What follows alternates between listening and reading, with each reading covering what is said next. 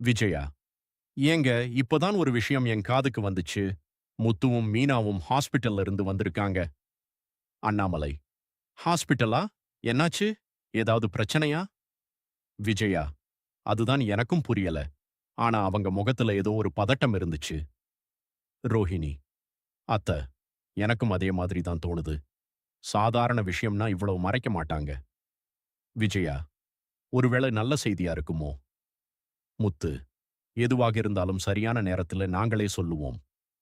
விஜயா, அப்படின்னா உண்மையிலேயே ஏதோ இருக்குதா? மீனா, சில விஷயங்கள் நேரம் வரும்போது தான் எல்லாருக்கும் தெரியணும்.